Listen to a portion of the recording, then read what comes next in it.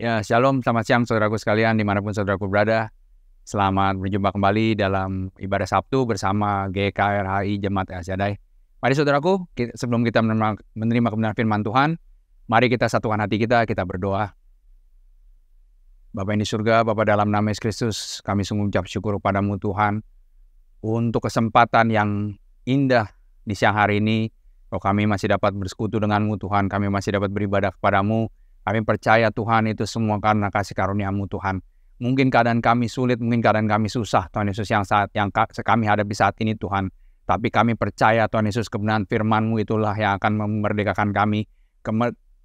Kebenaran firman itulah yang akan terus membawa kami menjadi lebih daripada pemenang Tuhan. Kau yang mengurapi hamba-Mu yang akan menyampaikan kebenaran firman-Mu Tuhan. Supaya benar-benar setiap firman yang disampaikan benar-benar yang berasal daripada-Mu Tuhan. Semua sia-sia yang tidak berguna, yang tidak kudus, yang bukan berasal daripada-Mu. Semua ditolak, dipatahkan, dihancurkan kuasa di dalam nama Tuhan Yesus. Dan biarlah juga setiap jemaat-Mu Kau urapi dimanapun berada Tuhan. Supaya mereka juga bisa menerima kebenaran firman-Mu ini Tuhan. Yang akan memberikan mereka jalan keluar, memberikan mereka pertolongan. Memberikan mereka kemajuan untuk tetap di dalam Engkau Tuhan. Terima kasih Bapa. Kami serahkan Tuhan Yesus kebenaran firman-Mu siang ini dalam tangan kuasa-Mu. Berbicaralah Tuhan melalui hamba-Mu siang hari ini. Dalam nama Yesus kami berdoa dan kami mau sambut firman-Mu. Haleluya. Amin. Ya, sekali lagi shalom saudaraku sekalian.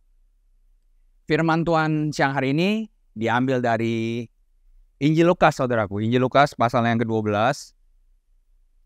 Ayatnya dari yang ke-22 sampai ke 34. Judul perikopnya adalah hal kekhawatiran. Saya akan bacakan saudaraku firman Tuhan siang hari ini. Ayat 22, Yesus berkata kepada murid-muridnya, karena itu aku berkata kepadamu, janganlah khawatir akan hidupmu, akan apa yang hendak kamu makan, dan janganlah khawatir pula akan tubuhmu, akan apa yang hendak kamu pakai. Sebab hidup itu lebih penting daripada makanan, dan tubuh itu lebih penting daripada pakaian. Perhatikanlah burung-burung gagak yang tidak menabur dan tidak menuai, dan tidak mempunyai gudang atau lumbung, namun demikian diberi makan oleh Allah. Betapa jauhnya kamu melebihi burung-burung itu. Siapakah di antara kamu yang karena kekhawatirannya dapat menambahkan sehasta pada jalan hidupnya? Jadi, jikalau kamu tidak sanggup membuat barang yang paling kecil, mengapa kamu khawatir akan hal-hal lain? Perhatikanlah bunga bakung yang tidak memintal dan tidak menenun. Namun aku berkata kepadamu, Salomo dalam segala kemegahannya pun tidak berpakaian seindah salah satu dari bunga itu. Jadi jika rumput di ladang yang hari ini ada dan besok dibuang ke dalam api, demikian didanani Allah, terlebih lagi kamu, hai orang yang kurang percaya. Jadi janganlah kamu mempersoalkan apa yang akan kamu makan atau apa yang akan kamu minum, dan janganlah cemas hatimu. Semua itu dicari bangsa-bangsa di dunia yang tidak mengenal Allah. Akan tetapi Bapamu tahu bahwa kamu memang memerlukan semuanya itu. Tetapi carilah kerajaannya, maka semuanya itu akan ditambahkan juga kepadamu. Janganlah takut, hai kamu, kawanan kecil, karena Bapamu telah berkenan memberikan kamu kerajaan itu. Juallah segala milikmu dan berikanlah sedekah. Buatlah bagimu pundi-pundi yang tidak dapat menjadi tua, suatu harta di sorga yang tidak akan habis, yang tidak dapat didekati pencuri, dan yang tidak dirusakkan ngengat. Karena di mana hartamu berada, di situ juga hatimu berada. Amin. Saudaraku, jadi kode firman Tuhan siang hari ini, saudaraku, itu dikatakan bahwa tentang hal kekhawatiran. Gitu ya. Saya berharap, saudaraku, supaya setiap kita itu sedang mengalami hal-hal yang baik, gitu ya. Saya berharap supaya kita semua dalam menjalani kehidupan ini semua bisa dilewati dengan baik, gitu ya. Jadi ketika kita beribadah lalu hamba Tuhan akan bertanya, gimana kabarnya hari ini saudaraku? Lalu semua orang rata-rata bilang luar biasa, gitu ya. Jadi saya berharap memang keadaan kita memang luar biasa. Mungkin yang kita hadapi tidak biasa. Tapi saya berharap kita semua luar biasa karena kita berjalan bersama Tuhan. Kita hidup bersama Tuhan. Itu yang membuat sebenarnya luar biasa. Mungkin keadaan memang susah, mungkin keadaan memang sulit saudaraku. Banyak persoalan yang kita hadapi. Banyak masalah silih berganti datang dalam hidup kita. Tetapi ketika kita berjalan bersama Tuhan, itulah yang memberikan kita kemenangan. Itulah yang memberikan kita kelepasan. Itu yang memberikan kita sukacita. Untuk kita bisa terus berjalan, untuk kita terus bisa melalui hari-hari dalam kehidupan kita, saudaraku. Jadi firman Tuhan siang hari ini mengingatkan bahwa tentang hal kekhawatiran. Ya, jadi di sini dikatakan bahwa di ayat yang pertama, di ayat yang ke-22 dikatakan bahwa Yesus berkata kepada murid-muridnya, "Karena itu aku berkata kepadamu, janganlah khawatir akan hidupmu, akan apa yang hendak kamu makan, dan janganlah khawatir pula akan tubuhmu, akan apa yang hendak kamu pakai. Sebab hidup itu lebih penting daripada makanan, dan tubuh itu lebih penting daripada pakaian." Saudaraku, jadi sih kata bahwa janganlah kita khawatirkan akan apa yang kita mau makan, apa yang kita mau pakai, saudaraku. Karena di sini katakan bahwa hidup itu lebih penting daripada makanan, dan tubuh itu lebih penting daripada pakaian, saudaraku. Jadi ketika kita menjalani kehidupan ini, saudaraku, mungkin inilah yang kita hadapi hari-hari. Kita mungkin bingung dengan makanan yang akan kita makan. Kita bingung apa yang hendak kita pakai. Tetapi kalau keadaan yang kita hadapi, keadaan kita itu posisinya kita tidak hidup, posisi kita mati, ya jadi ketika orang mati, semuanya itu tidak berguna sama sekali. Apa yang mau dimakan kalau orangnya sudah mati? Apa yang mau dipakai kalau orangnya sudah mati? Jadi makanya di sini katakan firman Tuhan mengatakan bahwa yang penting kamu itu hidup. Gitu. Hidup itu lebih penting karena ketika kita masih hidup, itu Tuhan masih bisa berkarya lewat kita, saudaraku. Tuhan masih bisa melakukan sesuatu lewat hidup kita. Yang penting kita hidup. Tuhan masih bisa memakai kita, saudaraku, sebagai saksi, sebagai alatnya Tuhan di tengah-tengah dunia ini. Gitu. Jadi itu yang lebih penting. Makanya di sini dikatakan Tuhan bilang, jangan kamu pikirkan apa yang kamu makan, apa yang kamu mau pakai. Kalau firman lain juga mengatakan bahwa prajurit itu tidak mementingkan keadaannya dia lagi. Tapi dia mementingkan gimana caranya supaya dia bisa memenangkan pertempuran. Gimana caranya supaya dia bisa memenangkan bagi tuannya, bagi pimpinannya. Itu yang dipikirkan. Nah sekarang ini saudaraku, kalau kita menjalani kehidupan ini, saudaraku, kita masih terus memusingkan dengan makanan, kita masih memusingkan dengan pakaian, apa yang kita mau makan, apa yang kita mau pakai. Bagaimana kita bisa menyenangkan hati Tuhan? Bagaimana kita bisa menjadi alatnya Tuhan yang Tuhan mau pakai? Karena hari-hari kita penuh dengan kekhawatiran. Gitu. Makanya di sini dikatakan bahwa yang penting itu kamu hidup. Kalau kamu hidup, lalu kamu mau percaya di tengah-tengah keadaan dunia yang membuat kita tidak bisa percaya sebenarnya, itu Tuhan masih bisa berkarya, saudaraku. Bahkan di sini dikatakan juga bahwa hidup dan tubuh. Kalau kita masih punya tubuh yang sehat, saudaraku, kita masih bisa melakukan segala aktivitas kita dengan baik. Itu aja sebenarnya itu masih bisa Tuhan pakai, saudaraku. Kita masih bisa mempersembahkan yang lebih untuk Tuhan. Nah sekarang kalau mungkin kita dalam keadaan yang tidak sehat, tubuh kita sakit, gitu ya, bagaimana mungkin kita bisa melakukan segala aktivitas itu dengan baik? Udah nggak bisa, saudaraku. Jadi ketika tubuh kita itu tidak sehat, bahkan dibilang di sini tubuh kita mati, ya kita sudah nggak ada gunanya sama sekali. Gitu. Tetapi saudaraku, kalau tubuh kita ini, saudaraku, meskipun kita sakit, kadang kita sakit, kadang kita nggak sehat secara fisik, gitu ya, secara tubuh kita sakit. Tetapi banyak kesaksian, saudaraku. Meskipun dalam keadaan sakit, dia masih bisa Tuhan pakai sebagai alatnya Tuhan. Dia masih bisa berdoa untuk orang. Dia masih bisa melayani jiwa-jiwa. Dan itu jiwa-jiwa itu bisa terberkati oleh pelayanannya. Padahal yang melayani sendiri pun tubuhnya tidak sehat. Bahkan, saudaraku, kalau kita lihat ya, saudaraku, ada itu seorang hamba Tuhan yang tidak punya tangan, tidak punya kaki. Itu bisa dipakai Tuhan luar biasa. Benar-benar menjadi kesaksian yang hidup, kesaksian yang nyata bahwa meskipun tubuhnya tidak sempurna, bahkan jauh dari sempurna, saudaraku, itu masih bisa Tuhan pakai. Nah, apalagi kita saat ini, saudaraku. Kalau kita masih bisa hidup, kita masih punya tubuh yang lengkap, kita masih punya tubuh yang sehat, percaya, saudaraku, masa Tuhan nggak bekerja lewat itu semua? Yang penting sekarang, apakah kita mau? Apakah kita mau mempersembahkan tubuh kita ini kepada Tuhan? Maukah kita membawa tubuh kita ini kepada Tuhan? Maukah kita membawa hidup kita ini kepada Tuhan? Itu pertanyaannya. Kalau kita masih mau, saudaraku, percaya pemeliharaan Tuhan itu sempurna. Mungkin yang kita harapkan tidak kita lihat saat ini, gitu. Mungkin yang kita kendaki juga jauh dari kenyataan. Tapi saya percaya, saudaraku, kalau kita masih mau mempersembahkan hidup kita, tubuh kita ini kepada Tuhan, saya percaya, saudaraku, itu Tuhan masih bisa beracara. Tuhan masih bisa bekerja lewat tubuh kita, saudaraku, lewat hidup kita juga. Ya, jadi ini yang pertama. Jadi jangan kita, Tuhan mengingatkan melalui firman Tuhan ini, jangan kita khawatir akan kayak yang kita makan kita mau pakai. Karena Tuhan itu sudah menyediakan sebenarnya. Gitu ya. Jadi sekarang yang pertama itu, maukah kita mempersembahkan tubuh kita, hidup kita kepada Tuhan? Maukah kita bawa hidup kita ini kita arahkan kepada Tuhan? Supaya nanti Tuhan yang mempersiapkan segala sesuatu, Tuhan yang menyiapkan segala sesuatu. Ini yang pertama ya saudaraku. Lalu di ayat selanjutnya dikatakan bahwa sebab ayat 24, perhatikanlah burung-burung gagak yang tidak menabur dan tidak menuai dan tidak mempunyai gudang atau lumbung, namun demikian diberi makan oleh Allah. Betapa jauhnya kamu melebihi burung-burung itu. Siapakah di antara kamu yang karena kekhawatirannya dapat menambahkan sehasta pada jalan hidupnya? Jadi jikalau kamu tidak sanggup membuat barang yang paling kecil, mengapa kamu khawatir akan hal-hal lain? Nah, di sini saudaraku. Di sini katakan bahwa perhatikanlah burung-burung gagak yang tidak menabur dan tidak menuai dan tidak mempunyai gudang atau lumbung, namun demikian diberi makan oleh Allah. Betapa jauhnya kamu melebihi burung-burung itu. Di sini kita suruh lihat burung-burung gagak yang tidak mempunyai apa-apa, tidak mempunyai persediaan makanan, tidak mempunyai lumbung, ya, yang tidak menabur dan tidak menuai. Tapi itu dipelihara Tuhan.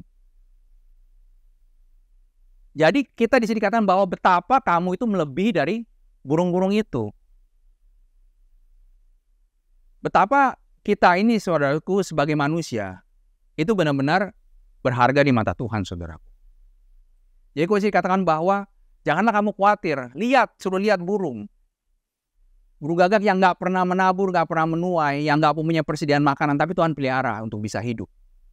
Jadi kita suruh perhatikan itu, saudaraku. Ya, sekarang kalau misalkan kita menjalani hidup ini dengan segala masalah yang kita hadapi, lalu kita berjalan dengan kekhawatiran, kita berjalan dengan ketakutan, kita berjalan dengan kecemasan. Kita meresponi segala sesuatu itu dengan kecemasan, dengan ketakutan. Dan sedangkan disini bahwa siapakah yang bisa menambahkan sehasta saja pada jalan hidupnya? Ya, di sini kan dikatakan bahwa di ayat yang ke-25. Siapakah kamu yang karena kekhawatirannya bisa menambahkan sehasta? Sehasta itu kurang lebih ukurannya 45 cm. Jadi itu ukuran zaman dulu, saudaraku. Itu kurang lebih seukuran dari jari sampai siku. Gitu. Jadi siapa yang karena kekhawatirannya bisa menambahkan segini aja dalam jalan hidupnya? Siapa yang bisa? Gitu. Tuhan mengingatkan di sini lewat firman Tuhan ini. Jadi kalau kita nggak bisa membuat barang yang kecil sekalipun, buat apa kita khawatir? Kalau misalkan dengan kita khawatir, dengan kita takut, ya, jadi khawatir itu kan takut menghadapi sesuatu yang sepertinya yang sebenarnya belum tentu terjadi. Kalau kita takut menghadapi, saudaraku, kita khawatir kita menghadapi. Siapa yang bisa menambahkan 45 cm ini untuk jalan hidupnya? Siapa? Nggak ada yang bisa, saudaraku. Gitu. Jadi kalau misalkan kita khawatir dalam menghadapi kehidupan ini, kita khawatir dalam menghadapi masalah yang kita alami saat ini, gitu ya. Lalu karena kita khawatir, lalu penyakitnya sembuh. Kalau kita khawatir, gitu ya, lalu utangnya bisa lunas. Kalau kita khawatir, lalu persoalan rumah tangga kita selesai. Ya silakan khawatir. Silakan kita khawatir terus, gitu. Kalau memang karena kita khawatir itu, segala sesuatu yang kita hadapi itu langsung beres, langsung bisa selesai. Silakan kita khawatir, bahkan khawatir terus lah, supaya memang utang kita lunas, gitu kan? Supaya persoalan kita beres, penyakit kita sembuh, gitu kan? Persoalan rumah tangga, keluarga semua bisa beres. Ya silakan khawatir, gitu. Makanya di sini firman Tuhan mengingatkan, apakah iya gitu? Kalau kita khawatir itu bisa menyelesaikan masalah? Apakah kita khawatir itu bisa membereskan problem-problem yang kita hadapi saat ini? Saya rasa kan enggak. Bahkan di Amsal 12 dikatakan bahwa apa? Kekhawatiran dalam hati seseorang itu membungkukkan orang. Tetapi perkataan yang mengembirakan, perkataan yang baik menggembirakan orang. Artinya apa, saudara? Ketika kita menjalani segala sesuatu dengan kekhawatiran, itu tidak membuat kita lebih baik. Bahkan bisa membuat kita semakin bungkuk. Yang tadinya kita sehat karena kita menjalani kehidupan ini penuh dengan kekhawatiran, kita malah bisa menjadi sakit. Yang tadinya kita sehat, karena kita khawatir terus-menerus, itu membuat kita sakit, saudara. Ini firman Tuhan sudah mengingatkan. Dan iblis sedang melakukan itu terus. Iblis akan berusaha mengintimidasi kita dengan keadaan kita. Iblis terus mengarahkan kita untuk kita melihat terus fokus kepada sumber masalah kita. Kita terus diarahkan untuk fokus kepada sumber masalah dalam hidup kita. Tetapi yang harus kita kerjakan, kita harus mengarahkan hidup kita kepada Tuhan.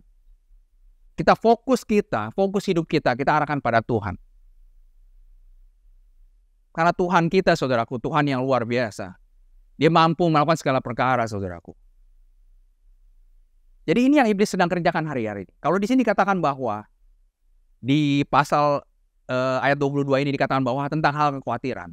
Di ayat sebelumnya kita lihat, saudaraku. Itu kalau di ayat sebelumnya itu dikatakan judul perikopnya ada orang kaya yang bodoh. Jadi kalaupun, saudaraku, kita mungkin hidup dengan segala kelimpahan. Kita dipercayakan mungkin kekayaan. Tetapi itu nggak menjamin juga bahwa hidup kita itu bisa tenang, saudaraku. Ketika kita miskin, ketika kita susah, ketika kita menderita, kita diperhadapkan dengan segala macam kekhawatiran.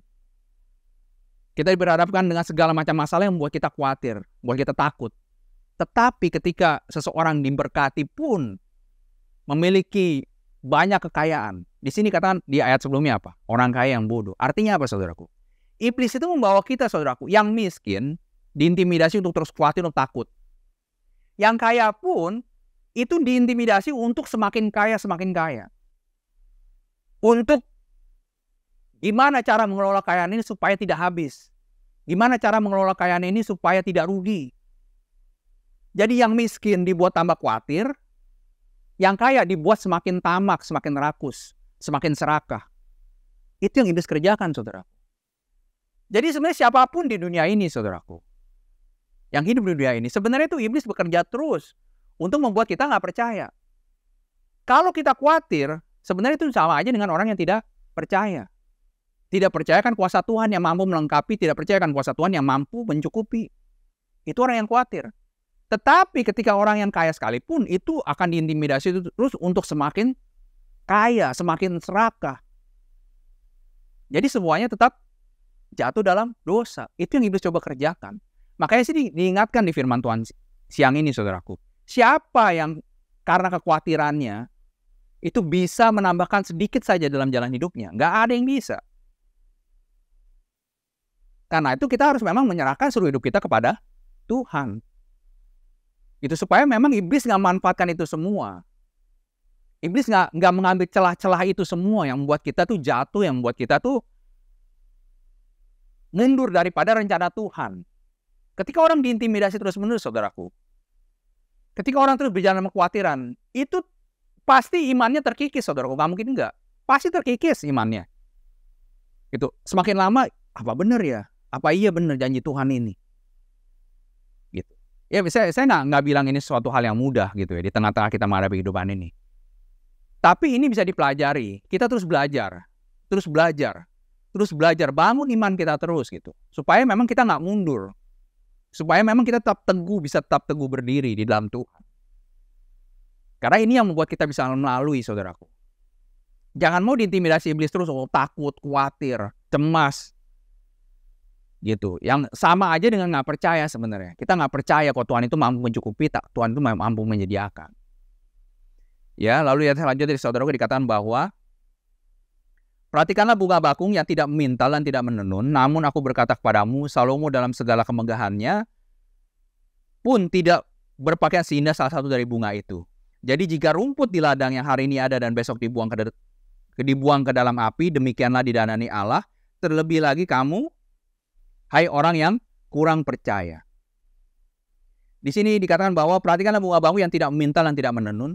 Tapi Tuhan berkata, Salomo dalam segala kemegahannya pun tidak berpakaian lebih indah daripada bunga bakung itu, saudaraku. Jadi kalau bunga bakungnya didanani Allah, saudaraku, terlebih lagi kita sebagai manusia. Bagaimana mungkin kita sebagai manusia itu tidak didanani oleh Allah? Kalau kita sebagai manusia, saudaraku, kita diciptakan serupa segambar dengan Allah, saudaraku.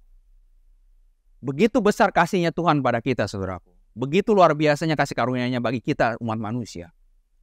Bahkan Tuhan itu sampai memberikan anak yang tunggal untuk kita, saudaraku, supaya kita tidak ada yang binasa, tapi kita semua bisa mendapatkan hidup yang kekal. Bagaimana mungkin Tuhan nggak melengkapi kita, saudaraku?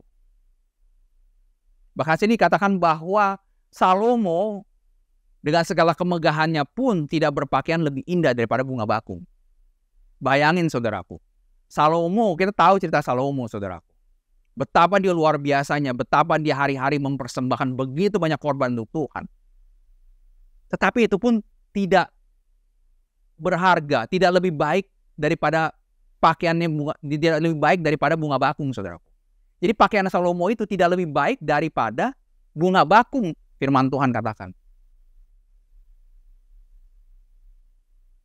Itu yang sudah kemegahannya begitu luar biasa secara dunia, Salomo. Ya saudara bisa baca cerita Salomo gitu. Itu tetap di mata Tuhan itu, saudaraku. Itu nggak lebih baik dari bunga bakung. Yang hari ini rumput, yang bunga bakung itu yang seperti rumput, yang hari ini ada, besok dibuang ke dalam mati, itu tidak lebih berharga, saudaraku. Bayangin, saudaraku.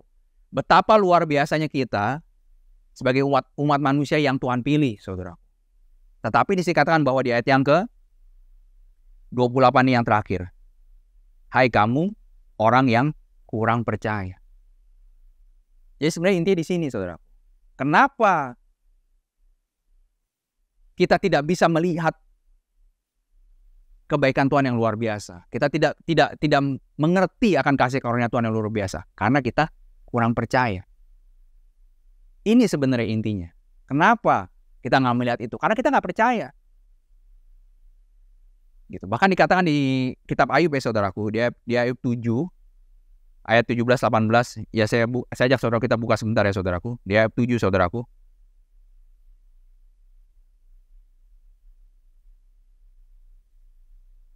Kitab di Ayub 7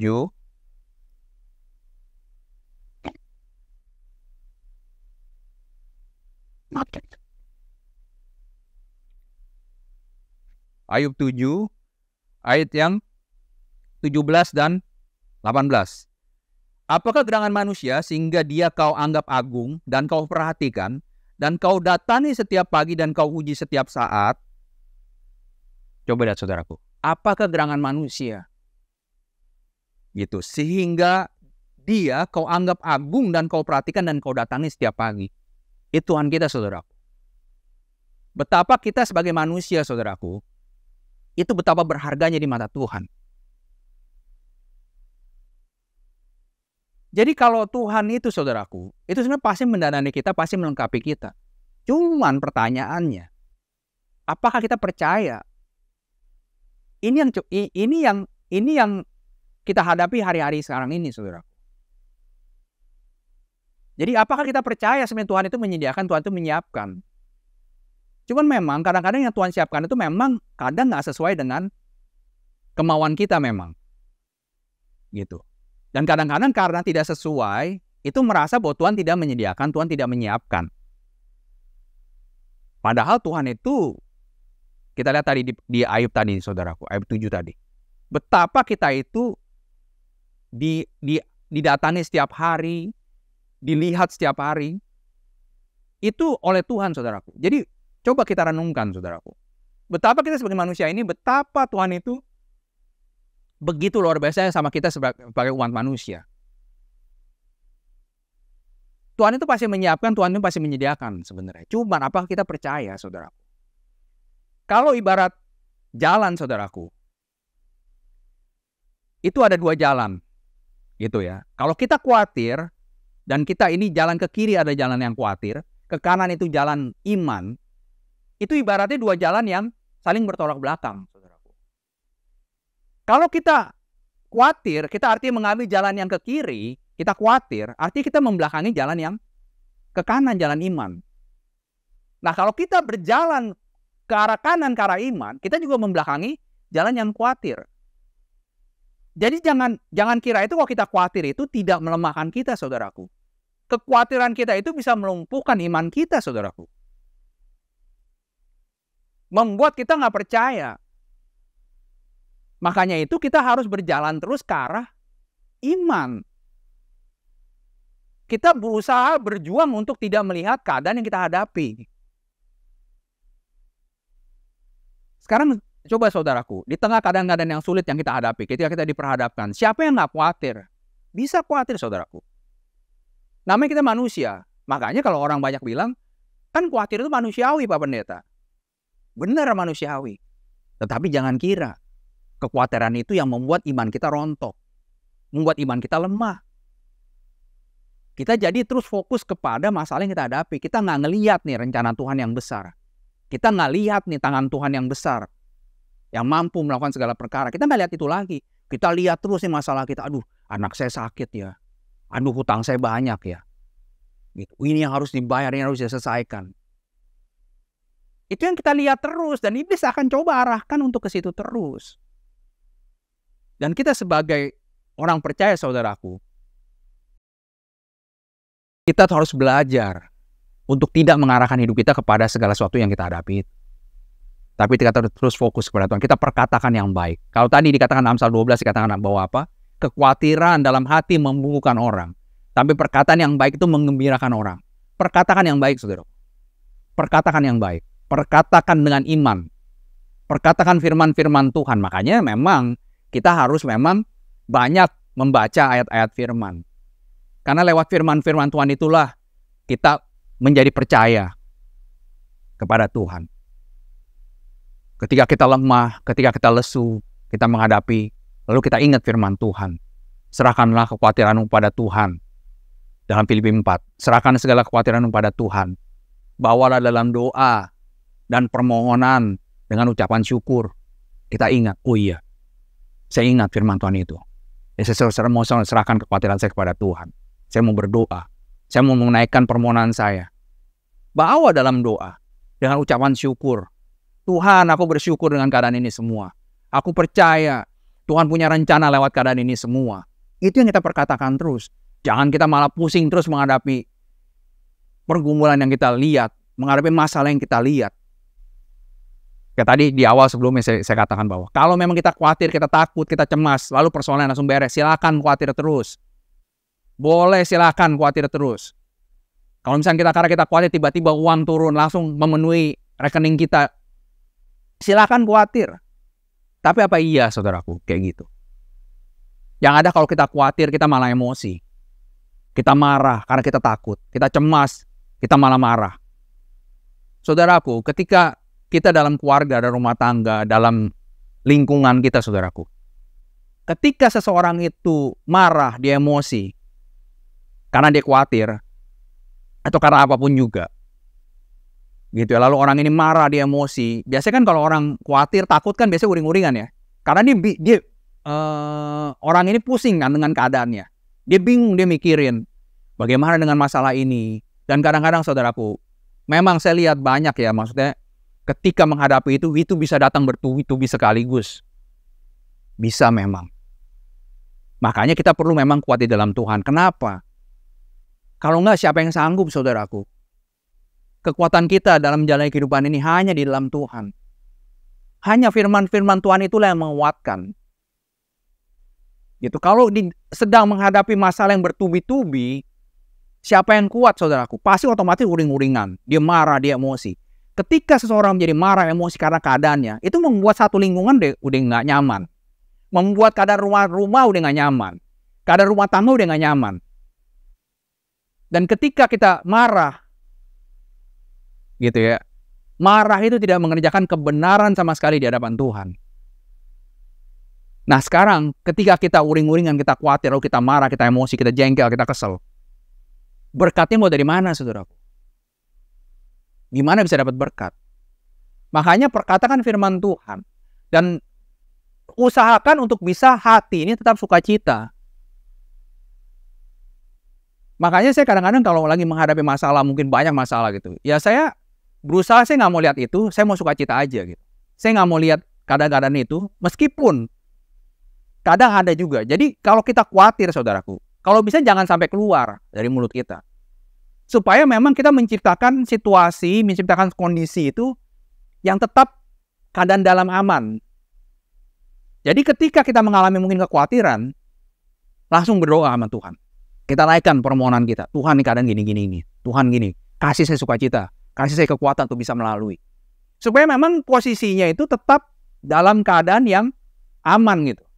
Karena coba kita renungkan ya saudaraku. Kalau kita misalnya keadaan kita khawatir, lalu kita munculkan kekhawatiran kita, itu orang sekitar kita itu pasti ikut terpengaruh saudaraku. Pasti ikut terpengaruh. Pasti terpengaruh. Nggak mungkin enggak gitu. Sedikit banyak pasti bisa mempengaruhi. Makanya kalau punya kekhawatiran nih saudaraku, simpen, bawa dalam doa. Gitu. Itu memang penting, perlu. Supaya memang posisi kita itu tetap dalam damai sejahtera Tuhan. Gitu ya. Posisi kita tetap dalam beriman kepada Tuhan. Jadi nggak rusuh gitu ya kan. Karena kita sering kan kalau kita udah khawatir kan kita wah ini gimana gitu. Jadi rusuh. Nah kalau rusuh sama aja udah nggak percaya. Udah nggak beriman tandanya. Nah kalau udah nggak beriman, siapa yang mau bisa nolong saudaraku? Makanya sih dikatakan bahwa hai kamu orang yang kurang percaya. Hai kamu orang yang tidak percaya. Gimana bisa gitu? Kalau kita nggak percaya, padahal kan firman Tuhan katakan apa? Berbahagialah orang yang tidak melihat namun percaya. Kita disuruh percaya aja sebenarnya. Itu yang kita harus tahu gitu. Jadi ini yang kita perlu praktekkan. Perkatakan kebenaran, perkatakan firman Tuhan gitu. Aku percaya Tuhan Engkau menyertaiku. Aku percaya Tuhan tangan kuasa-Mu menyertaiku. Tangan kuasa-Mu memberikan pertolongan. Itu yang kita katakan terus gitu.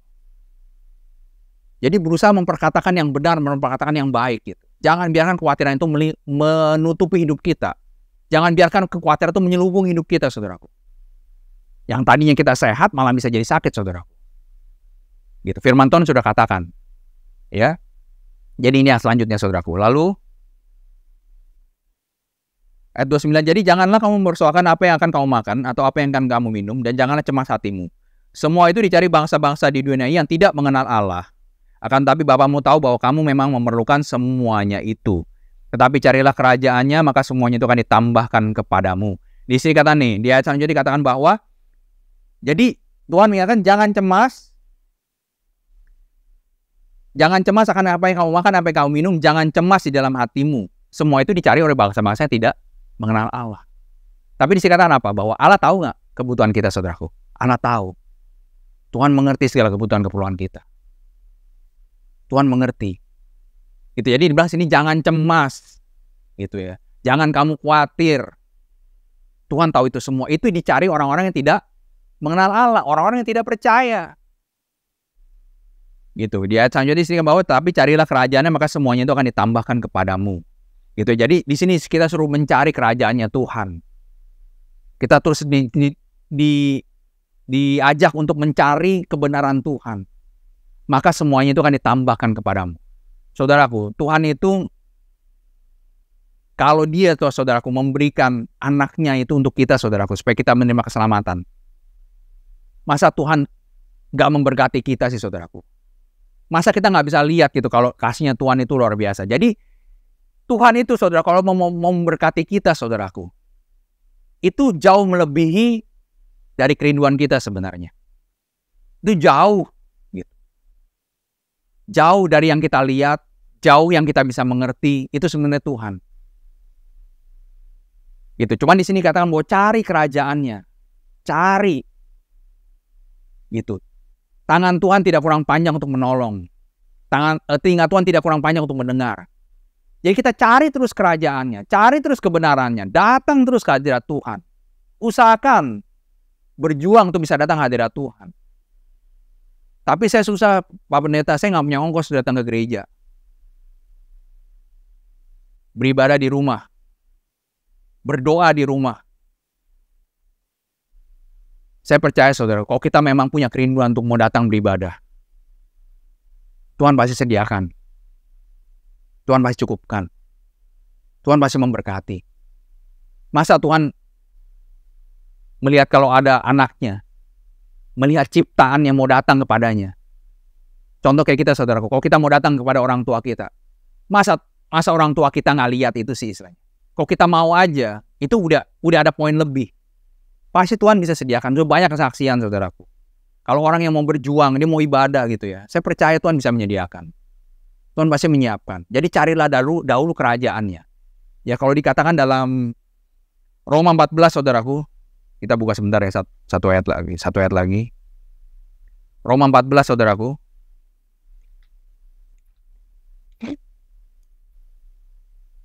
Roma 14 ayatnya yang ke-17. Sebab kerajaan Allah bukanlah soal makanan dan minuman, tetapi soal kebenaran, damai sejahtera, dan sukacita oleh Roh Kudus. Kita kadang-kadang berpikir sebagai manusia bahwa kerajaan Allah itu saudaraku, itu seperti yang mencukupkan memang makan minum kita, mencukupkan semua kebutuhan jasmani kita. Ini yang sering kita pikir. Tapi kita sadar nggak bahwa kerajaan Allah itu terdiri dari kuasa. Kerajaan Allah itu, di sini dikatakan bahwa kerajaan Allah itu adalah soal kebenaran, damai sejahtera, dan sukacita oleh Roh Kudus. Dan ini secara jasmani enggak? Enggak. Ini secara roh. Secara rohani. Gitu. Jadi oleh Roh Kudus yang kita terima, kerajaan Allah itu masuk dalam hidup kita.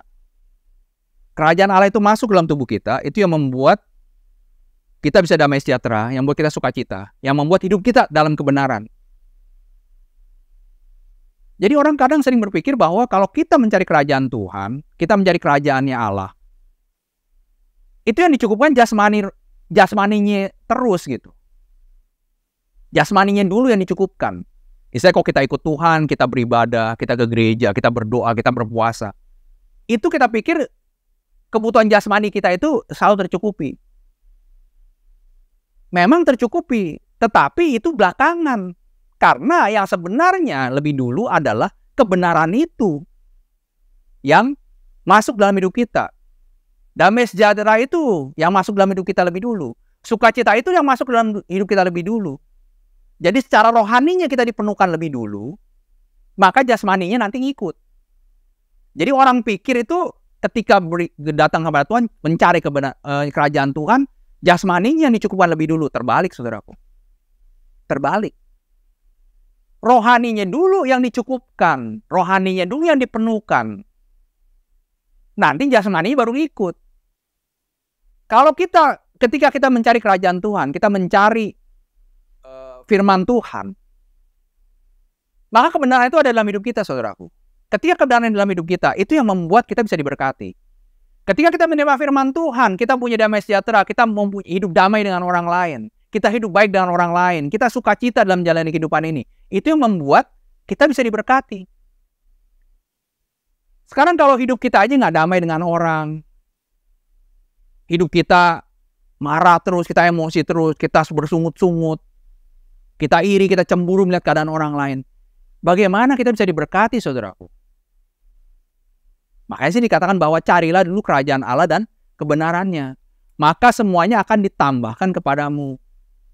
Cari yang sungguh-sungguh kebenaran itu. Cari sungguh-sungguh kerajaannya itu. Itu yang akan ditambahkan. Jadi percaya saudaraku, Tuhan itu kasihnya itu begitu luar biasa sama kita saudaraku. Jadi kalau kita benar-benar kita mencari Tuhan, mencari kerajaannya, masa iya semua ditambahkan? Pasti ditambahkan saudaraku. Pasti ditambahkan.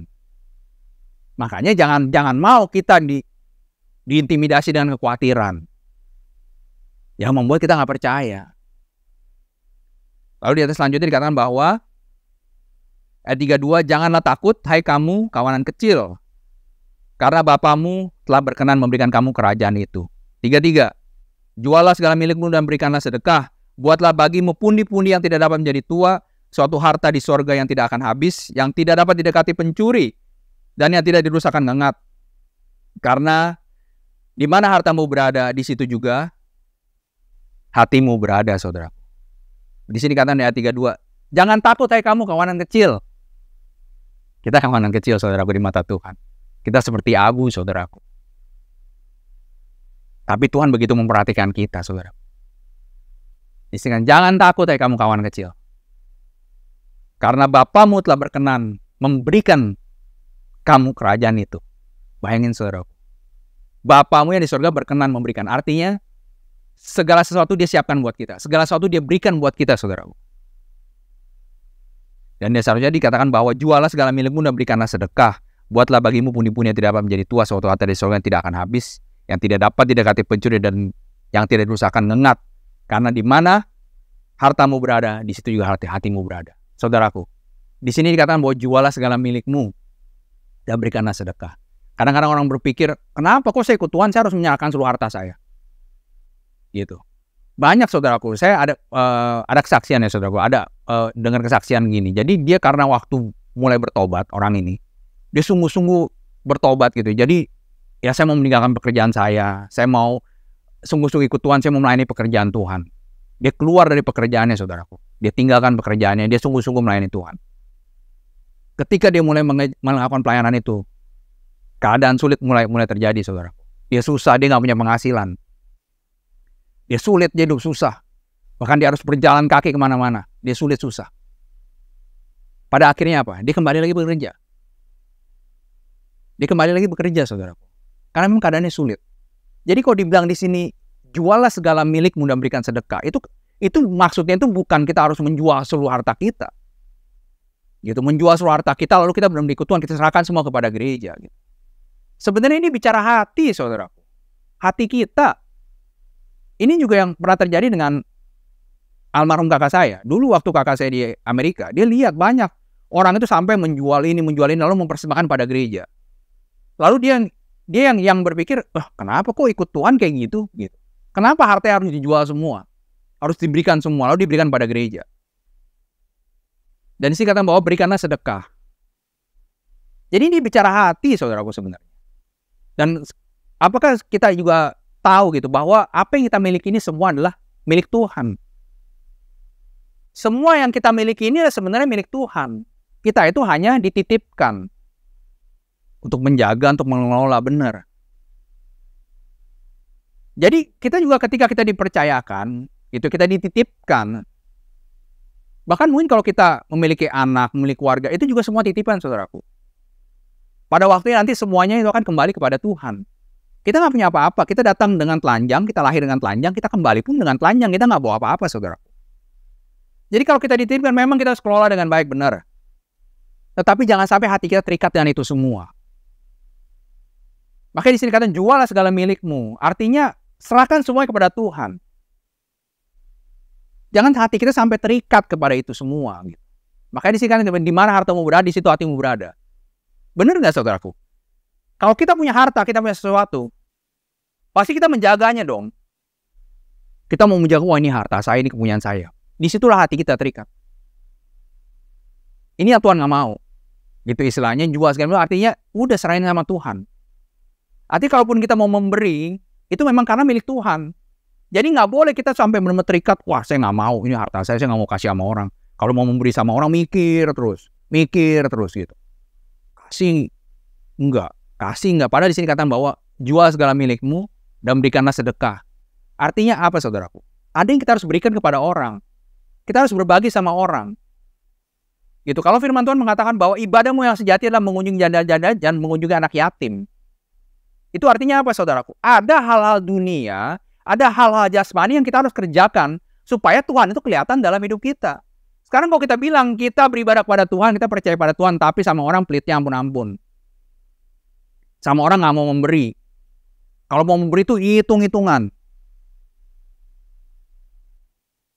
Gimana bisa itu dikatakan kita seorang yang beribadah pada Tuhan sebagai pengikut Kristus? Di situ. Jadi di sini kata bahwa jangan sampai hati kita itu terikat. Dia membuat kita nggak mau melakukan untuk orang lain. Gitu. Makanya di sini katakan bahwa apa? Persiapkan harta kita yang ada di surga nanti, yang dimana pencuri nggak bisa mendekati, dimana ngengat nggak bisa mendatangi. Ketika kita berbuat baik, saudaraku, ketika kita memberkati orang, ketika kita dipercayakan untuk berkat, untuk bisa menjadi berkat bagi orang lain, itu kita ngumpulin harta di surga, saudaraku. Nggak di dunia lagi. Bahkan di dunia ya, saudara, kalau kita berbuat baik sama orang, kita membantu orang lain, itu secara jasmani aja, secara dunianya aja, itu kita bisa terima juga yang baik, saudaraku. Apalagi di surga sana. Kalau firman Tuhan mengatakan Tuhan nggak pernah berutang, Tuhan nggak pernah lalai melihat kebaikan anak-anaknya, bagaimana mungkin yang kita kerjakan itu nggak masuk dalam perhitungannya Tuhan, saudaraku? Itu pasti masuk, saudaraku. Makanya di sini katakan, jangan sampai hatimu terikat. Bahwa Tuhan sudah memberikan kerajaannya. Hai kamu kawanan kecil. Kita ini kawan kecil, saudaraku. Kayak abu di mata Tuhan. Kayak debu di mata Tuhan. Gitu. Jadi, kita harus tahu, saudaraku. Ketika kita jatuh dalam dosa. Ketika kita dilahirkan oleh orang tua jasmani kita, saudaraku. Kita itu sudah berdosa. Gitu. Dan ketika kita lahir baru, kita terima Tuhan Yesus, itu kita sudah lahir yang kedua. Makanya dibilang lahir baru. Kita sudah dilahirkan menjadi ciptaannya yang baru. Kita lahir baru. Dan kalau kita sudah dilahirkan baru oleh Tuhan, Tuhan itu mau pakai kita, saudaraku. Tuhan mau menggunakan kita sebagai alatnya Tuhan. Karena kita sudah menjadi ciptaannya yang baru. Kita sudah ditebus. Kita sudah dibayar lunas oleh Tuhan Yesus yang tadi kita tergadai dalam dosa. Kita sudah ditebus, dibayar lunas. Ketika kita sudah nih, saya tebus kamu ya. Saya bayarin utang kamu ya. Gitu. Pasti ada dong sesuatu yang kita rencanakan. Saya udah tanggung. Pasti kan ini menjadi milik kita kan. Kalau kita udah ditebus, kita menjadi miliknya Tuhan. Dulu kita menjadi miliknya iblis. Tergadai dalam dosa, menjadi miliknya iblis. Lalu Tuhan tebus, kita menjadi miliknya Tuhan. Tuhan itu mau pakai kita, saudaraku. Makanya kalau kita dipercayakan, kita diberkati, saudaraku. Jangan hati kita itu terikat dengan itu semua. Tapi biarlah kita itu Tuhan pakai menjadi alat untuk memberkati orang lain. Makanya dikatakan jual segala milikmu dan berikan sedekah. Berikan kepada orang yang memerlukan. Berikan. Itu karena Tuhan sudah memberikan. Tuhan berkenan memberikan kerajaannya. Artinya Tuhan pasti memberkati, saudaraku. Kalau kita mau dipakai sebagai alatnya Tuhan, saudaraku, nggak mungkin kita miskin susah sebenarnya. Nggak mungkin. Nggak mungkin, saudaraku. Pasti Tuhan tuh memberkati kita. Nggak mungkin enggak. Ya. Ini kita renungan firman Tuhannya siang hari ini, saudaraku. Itu untuk kita terus bisa melalui hari-hari kita tanpa kekhawatiran. Untuk kita bisa melalui hidup kita dengan kemenangan bersama Tuhan. Amin. Tuhan Yesus memberkati. Mari kita tutup firman Tuhannya. Kita berdoa. Kami mengucap syukur kepadamu Bapa untuk firman yang sudah kau sampaikan siang hari ini Tuhan. Biarlah benar-benar setiap firman ini meneguhkan hati kami, menguatkan iman kami Tuhan Yesus. Untuk bisa terus bertahan dalam kebenaran-Mu. Untuk bisa terus bertahan dalam firman-firman-Mu Tuhan. Supaya benar-benar kami bisa menghadapi hidup kami ini dengan lebih baik Tuhan. Banyak mungkin persoalan pergumulan yang kami hadapi Tuhan. Tapi kami percaya Tuhan Yesus, kalau Engkau menyertai kami, Engkau ada bersama-sama kami. Kalau kami percaya kepadamu Tuhan, kami percaya Engkau tidak pernah jauh dari kami Tuhan. Bahkan Engkau yang akan senantiasa menuntun, membimbing, menyertai perjalanan-perjalanan kami Tuhan. Tanamkan terus Tuhan Yesus setiap kebenaran firman-Mu dalam setiap kami yang beribadah Tuhan. Supaya benar-benar bisa menjadi pegangan dalam hidup kami Tuhan Yesus. Benar-benar bisa menjadi kekuatan bagi kami untuk melalui kehidupan kami ini Tuhan. Dan patahkan segala bentuk perjalanan iblis yang membelok-belokkan, yang memutarbalikkan, yang membuat jemaat-Mu tidak bisa mengerti, tidak bisa menerima dalam nama Yesus Kristus. Kami serahkan semua dalam tangan kuasa-Mu, Roh Kudus urapi setiap jemaat-Mu yang beribadah Tuhan, urapi untuk bisa menerima, untuk bisa mengerti, bahkan bisa mengerjakan, bisa melakukan lebih lagi Tuhan. Dan Kau juga senantiasa memberkati persembahan anak-anak-Mu Tuhan, apapun yang dipersembahkan. Biarlah semuanya bisa menjadi hidup yang harum di hadapan-Mu Tuhan. Dan Kau yang memberkati tangan-tangannya sudah memberkati, Kau berkati tangan-tangannya sudah memberi Tuhan. Kau balaskan berlipat-lipat kali ganda. Untuk mereka yang belum bisa memberi Tuhan, biar lawatan-Mu turun, supaya di kemudian hari mereka bisa memberi juga. Dan biarlah benar-benar setiap persembahan yang kami bawa ini Tuhan, benar-benar bisa kami gunakan, kami pakai Tuhan Yesus untuk memperlebar kerajaan di muka bumi ini. Terima kasih Tuhan untuk ibadah siang ini Tuhan. Dan semua yang terlibat dalam ibadah ini juga Tuhan berkati. Tuhan yang membalas Tuhan Yesus pelayanan-pelayanannya Tuhan berlipat-lipat kali ganda. Dan kami juga berdoa Tuhan, karena kami satu Bapa, kami juga satu iman. Karena itu kami mau berdoa Bapa kami bersama-sama. Bapa kami yang di surga, dikuduskanlah nama-Mu, datanglah kerajaan-Mu, jadilah kehendak-Mu di bumi seperti di surga. Berikanlah kami pada hari ini makan kami secukupnya, dan ampunilah kami kesalahan kami, seperti kami juga mengampuni orang bersalah pada kami. Dan janganlah membawa kami dalam cobaan, tapi lepaskanlah kami dari yang jahat. Karena Engkau punya kerajaan dan kuasa dan kemuliaan sampai selama-lamanya. Amin. Mari saudaraku, tangan kita terima dua berkat. Terimalah berkat rahmat dan anugerah, damai sejahtera, sukacita dari Allah Bapa, dari Tuhan kita Yesus Kristus, serta penyertaan Roh Kudus-Nya, yang senantiasa menjaga, menuntun, membimbing, juga melindungi hidup kita mulai dari saat ini sampai selama-lamanya. Yang percaya terimalah dan katakan amin. Ya, demikian ibadah Sabtu siang hari ini, saudaraku. Sampai jumpa lagi untuk ibadah-ibadah yang selanjutnya. Tuhan Yesus memberkati.